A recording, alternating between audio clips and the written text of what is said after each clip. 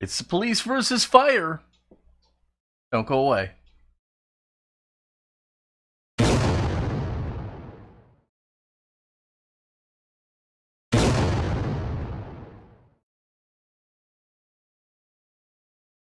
Hello, everybody, and welcome to Fat Guy Productions. I am Paul, coming to you as always from beautiful Las Vegas, Nevada. And today it is indeed police versus fire as I take on a build-off with Jeremy Chipchase, aka the Diecast Sheriff.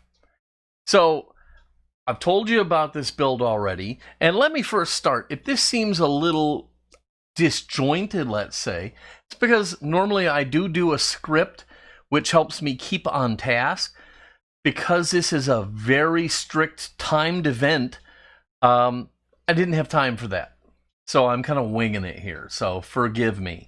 But the concept is, Jeremy, aka the sheriff, he's always doing these police vehicles. I'm always doing fire. Well, we're going to swap roles. I have to do police. He has to do fire. And there's a few curveballs thrown in to boot. First of all, I'll pick his casting. He picks mine. All right? We're going to send them blind, so we don't know what each other has until we do the unveiling, which was on December 8th. And then this video drops December 12th. So that gives us 4 days from unveiling to finished product. We have to do the build, do the video, and have it out to you guys in 4 days. For me, that is a Herculean effort, but we're going to give it a hell of a try. So let's get going, because we have no time to waste. I just barely got a look at this morning as we did a blind swap, but Jeremy sent me this Fleet Side because it's my #1 all-time favorite diecast car ever. And so that was really considerate of him to think of that, making me feel bad about the fact that I sent him just a junky old blister pack car. But to make up for it, I'm going to send him my finished product when I'm done. So Jeremy, I hope you like what I end up doing here, because this is going to be coming your way. So anyhow, the idea is that we had 4 days after a blind unveiling of the car we sent each other to get this done, have the video done, and uploaded. 4 total days. For me, that's crazy. That's warp speed. So even though I just unboxed this morning, I'm already working on the car. Now, because it was a blind unveil, I didn't really have a good plan in my mind. So I'm just going to forge ahead and do some of the preliminary stuff that I have to do while I think about what I want to do here.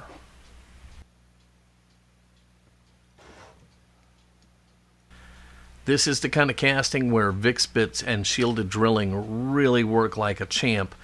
Raised rivet head on a flat base, and that VIX bit just holds on to the rivet and keeps the drill bit nice and centered. It makes drilling cars like this apart super, super easy. I love it. Anyhow, with the car apart, I now can see I've got a base, and here I've got a broken axle of some kind. I'm going to have to take a close look at that. It's got no spring to it. It's just kind of floppy in there. And as I'm looking at it, I can see what the problem is. These were split axles, and they're held in place by these little crimps, as you can see right here. There's a crimp on either side to hold it in place. Well, here's what's going on with mine. One of the crimps is missing. It's broken off. So this car's probably been like this since the day it was made. And without that crimp, the axle can just pivot in the remaining crimps and really doesn't have any of that suspension that it's supposed to have. So we're going to have to try and figure out how to fix that. But otherwise, we've got glass, interior, and a body. Now here's the other place where VIX bits really shine in prepping your posts. The hole at the end of the VIX bit fits very, very beautifully over the end of the post. And then you can drill perfectly centered, and it preps your post wonderfully for drilling out and tapping.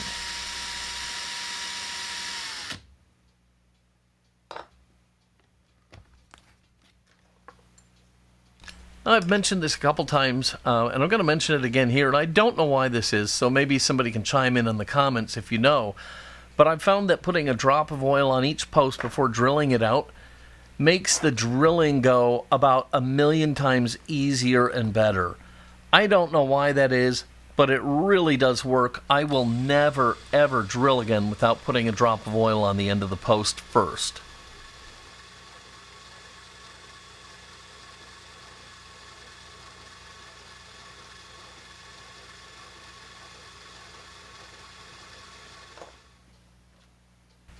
With the post drilled out, another drop of oil, and then I can go ahead and take out my trusty tap and tap handle from Bright Vision, and I'll tap these posts out, and they'll be ready to hold little button head screws so I can put this car back together when it's done. So have no fear, Jeremy, I'm not going to be sending you a box of parts.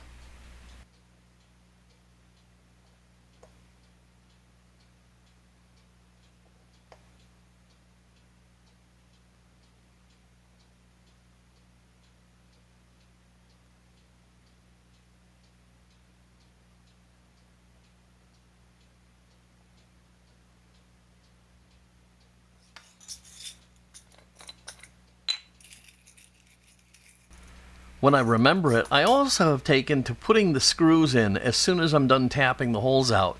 This kind of protects the holes from getting filled up with gunk and other stuff.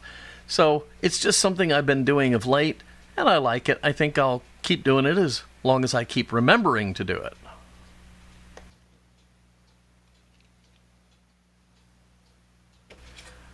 I know all of you have seen the Tonka restoration guy. Every time he goes to the sandblast cabinet, you hear the kids cheering because everybody loves to see him sandblast.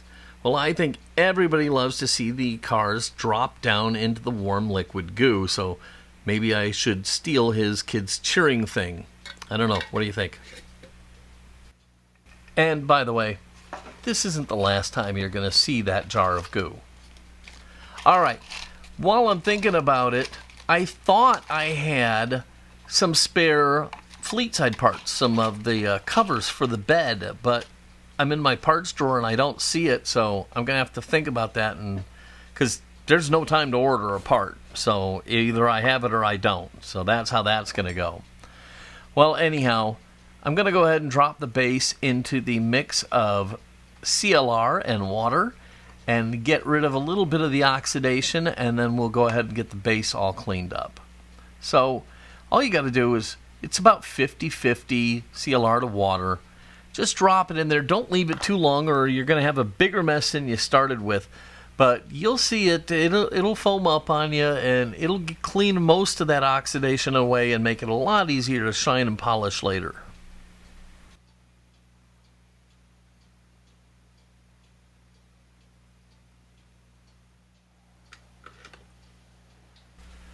At this point, I know that it's not going to go back into the CLR, and I'm not going to electro-polish it or anything like that. So now I'm going to cut off the old wheels.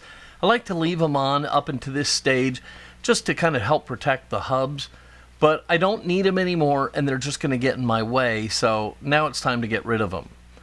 Now, a lot of you guys are cringing at the fact that I'm cutting these off, but I've said it before, these hubs are old and fragile, and really, if I kill the hub, I've ruined the whole game, you know, so I'd rather cut off these crappy old wheels. You know, I'm going to put new ones on anyhow, so what's the difference, you know?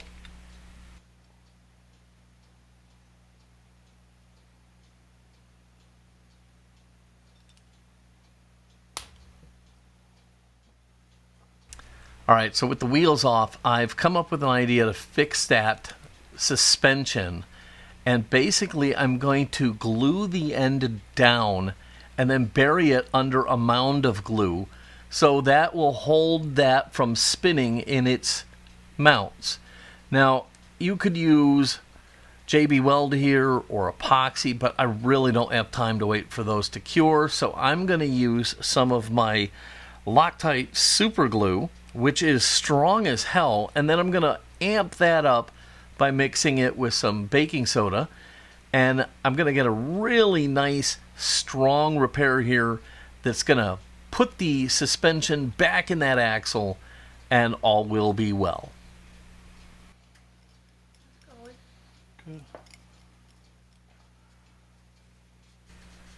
Okay, I still don't really have an idea in my head as what I'm doing here yet, so I'm just going to keep myself moving forward, and right now it's time to tend to the glass. I know for a fact I have some spare glass, but there's absolutely nothing wrong with this piece except that it's scuffed and scratched. So I'm just going to sand it with a little, I think it's a 2000 or 1500 grit sanding sponge. I'm going to sand it down smooth. Then I will polish it up with Flitz, which, of course, Flitz makes that super, super easy. Love this stuff. And look at this beautiful brand new tube I have. I love it. Anyhow, so a little dab on the Q-tip, rub it really, really good, and then buff it out on a clean cloth, and I'm going to have a beautiful windshield that's ready for the Gauzy.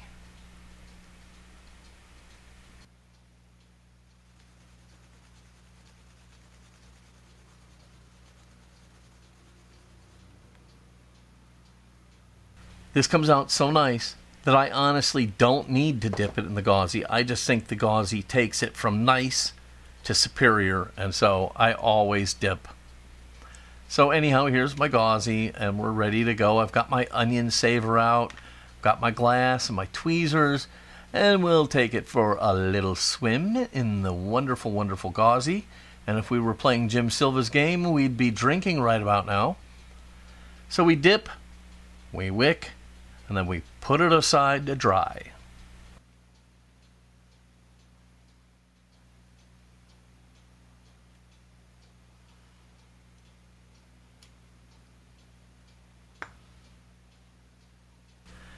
As to my onion saver, I love that thing. It's like under $5. You can get it on Amazon, and I'm pretty positive I have a link to it in the description below. So if you're looking for one, you can get one.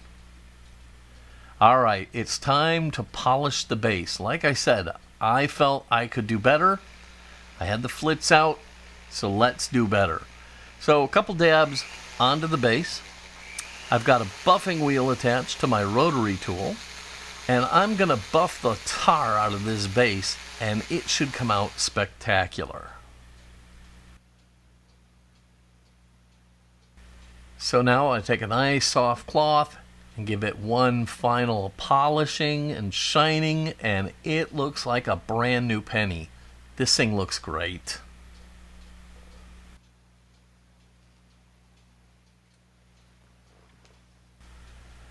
So this thing is shining like a gem, and I want it to stay that way. So I'm going to protect it by using my favorite Renaissance wax. I use this on my coin rings. It's a crystalline wax that will seal and protect this base and keep it looking like new for a very, very long time.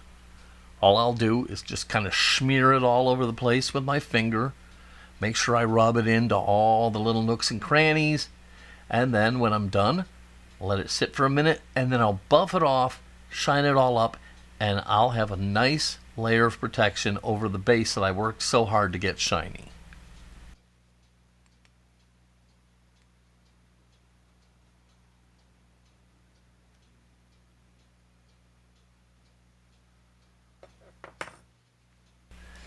Now, so far this has been about a half a day.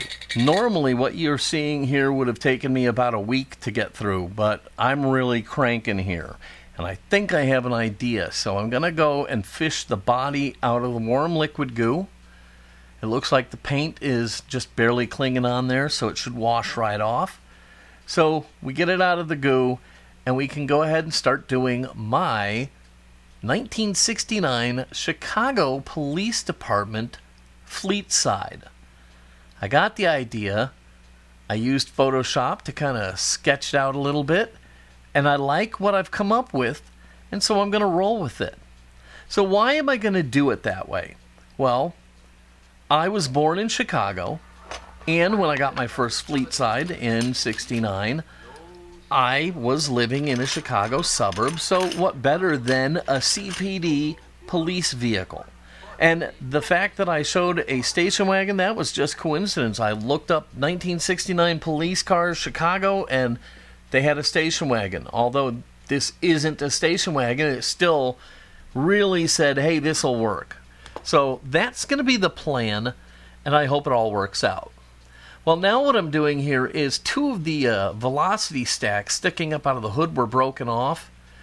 In a normal build, I might try and fix that with some tubing, but I just don't have time, so discretion is the better part of valor. I'm going to just nip off all the rest of them, file the hood down so it just has that power bulge in it, and then I'm going to call it good.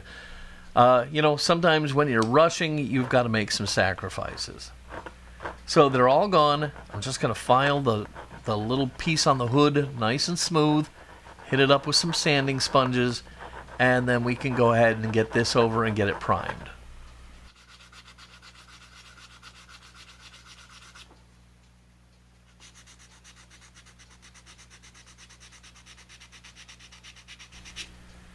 So this whole video is going to also serve as a cautionary tale about rushing. I'm going to make some monstrous mistakes here, all because I'm really pushing to get this done quickly. For instance, I forgot to wipe the car down with alcohol before priming it. That's going to come back and bite me later. But anyhow, I did hit it up with the Tamiya Fine Primer, and now I'm putting on a nice white coat of Tamiya Gloss X2 white paint, and that's going to be my base layer. Although this isn't going to be the finished layer, I still want it to be nice and smooth and glossy so that the decals will lay down very nicely. So once I've got that painted, I'll go ahead and cure it on my little curing lamp that I use. And after about 40 minutes, I can go ahead and take that off, let it cool down, and now I'll go ahead and mask off the doors and roof so that I can paint the second paint color. Now, I'm just using these little thin pinstripe tapes, and what I've done to make sure that they're not too aggressive is I've pulled a piece off, and I've stuck it down to my build mat. Then I pulled it back up off of that, and now I'm applying it to the car. And what this does is it helps remove a little bit of the adhesive, and it's still sticky and does its job, but it's just not quite as aggressive, so you have less chance of damaging your paint.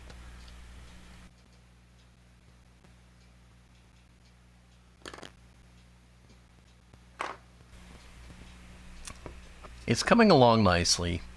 I'm working carefully, making sure that the edges are burnished down nicely, but I will tell you, this isn't the last time you're going to see me do this.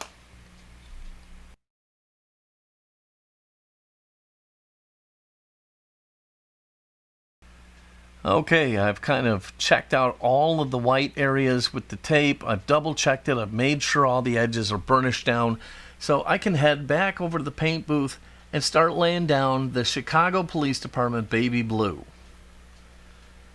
I'm at the booth.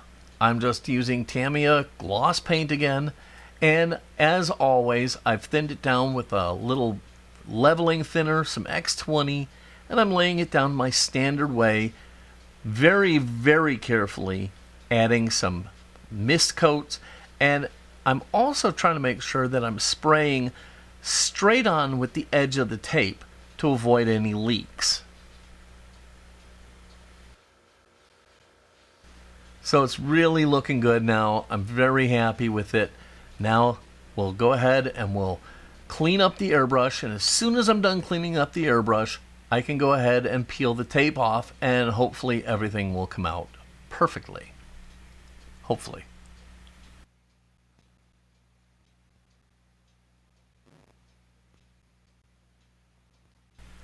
Removing the tape is always nerve-wracking.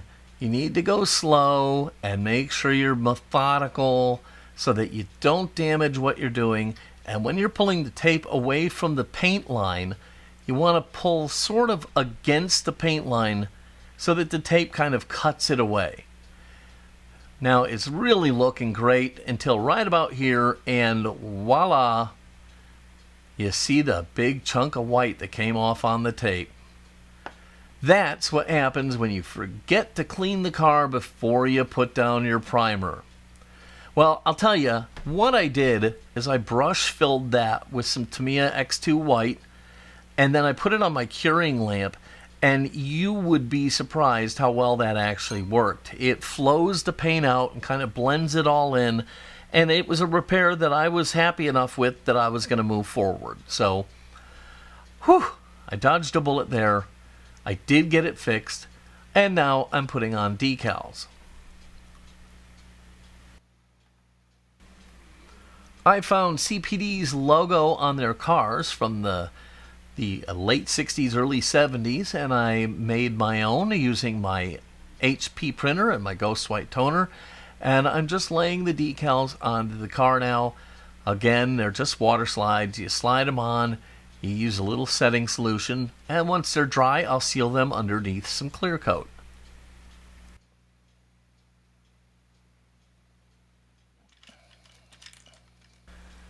Okay, so I'm going to put the car on the curing light and let that cure for a while, and I'm going to turn my attention back to the base. And so I'm pulling out some brand new tires for it, and the fleet side's supposed to have 4 medium tires. Well, I want to jazz that up a little bit. I want to put the bigger tires in the back, so I'm taking out another fleet side and just kind of eyeballing it to see if I think they're going to fit, and I do think they will. So this fleet side's going to get chrome deep dish wheels all the way around with the bigger ones in the back and the mediums in the front. Should look great.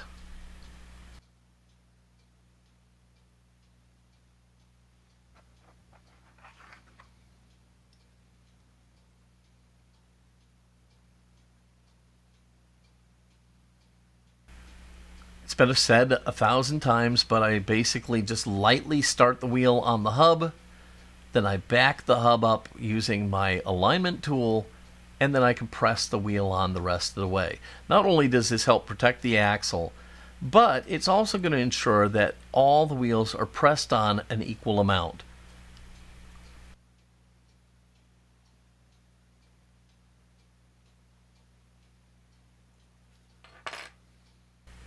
A little bit of alignment, and there she is, looking great.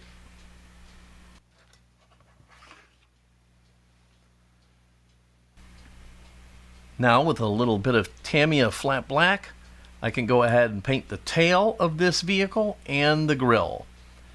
So I've thinned it down just a bit to make sure it goes on nice and smooth. Get it all on there, and then I'll set this thing aside to dry, and it should look fantastic.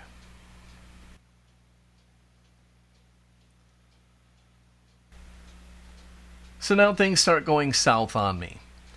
I found a small little light from my model kit stuff, and I super glued it to the roof, and I was off center. So when I pulled it off, it ripped a big chunk of the paint out of the roof. I re-glued it on, and there's a little bit showing, but I thought maybe I could touch that up like I did with the door. So I'm going to push forward at this point, but little do I know is how bad this is going to end up getting. At this point, I felt like it was 1 step forward and 20 steps back. It just kept getting worse and worse and worse. Nothing I was trying was working. I even tried sanding this, but here's what ended up happening.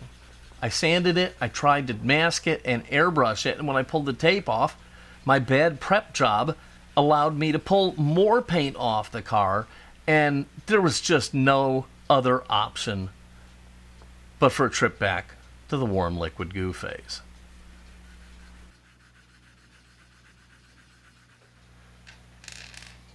Hold A right down the middle.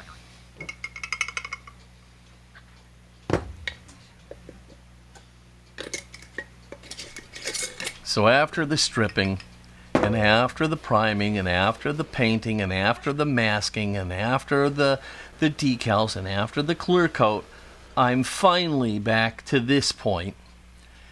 I've got the car done. It's looking great.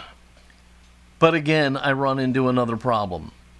The clear coat bubbled in 2 places. One right here, and one up here, and I can't live with that. So now I have to color sand this damn thing. So I've got a 2000 grit sanding sponge, and I'm going to sand out the little bubbles that formed in the clear coat. And I'm going to try first, after sanding it, I'm going to try to polish it out with flits. It ends up, I don't really like it very much. It didn't come out as good as I'd like. So after sanding, I polish it, I wash it, and then I put another layer of clear coat on it. And that fixed it up beautifully. It ends up looking great. But man, this has been the longest 2 days of my life.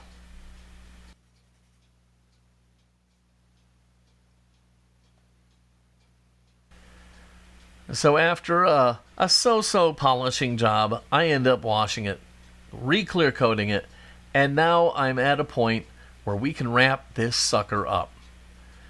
I decided to make a whole new blue light, and thanks to my wife Reggie, she came up with a brilliant idea. I am actually using a Lego lightsaber to make the blue light on the roof. Both the blue light and the bezel for it are Lego pieces. So I just do a little test fit to make sure it's going to look right. I am not gluing this on crooked this time. I can promise you that. And once I'm happy with how it's sitting, I'm going to get out my super glue. And this time, I'm actually going to put a dot of glue on the car where the light needs to go, rather than putting it on the light. Gives me a little bit more control over it. So I'm putting just the smallest dot of this Loctite Super Glue Ultra Gel. And once I've got that on, I'll use my tweezers. And I'll pick up my lightsaber blue emergency warning light. Very carefully. And I'm going to drop it. Of course, you have to drop it at least once. I'm just lucky it didn't shoot across the room. The way this build is gone, that wouldn't have surprised me. So I fight with it a little bit here. Get a hold of it. And again, lining it up very, very carefully. I'll set it down onto the dot of super glue. And this thing is looking awesome.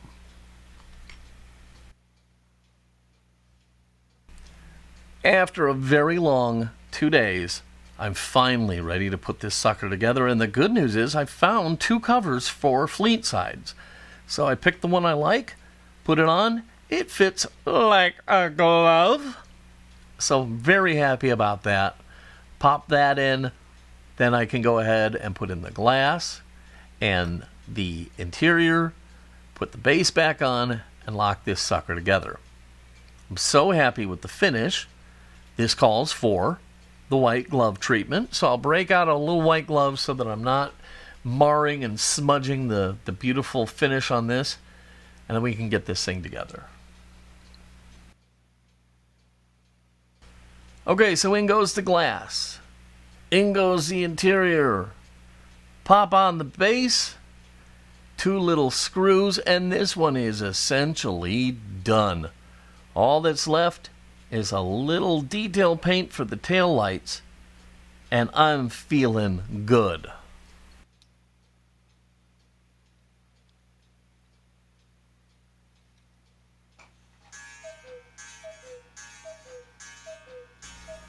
While I wrap this one up, I want to say it was a great challenge for me and a great learning lesson to try and do a build this quickly. This was something new for me. I learned a lot by doing this, and in the end, I think this came out wonderfully. I hope you like it.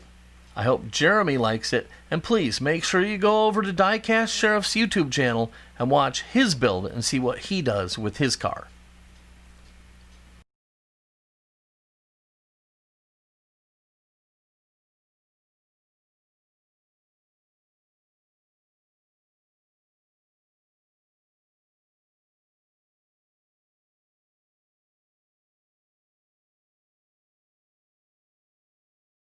Well, there you have it, my Chicago Police Department circa 1969 fleet-side pickup truck. It was a lot of fun, and Jeremy, I really hope you love it because I'm sending it your way. For all the rest of you, I hope you loved it as well. If you did, please give it a big thumbs up, click subscribe, be sure to click the notification bell, and don't forget to check out Diecast Sheriff's build at his YouTube channel. Alright, that's going to be it for today. I'm going to go ahead and get out of here. Just remember, your public servants put it all on the line for you. They deserve your respect. Alright, this is Paul from Fat Guy Productions. Until next time, be good.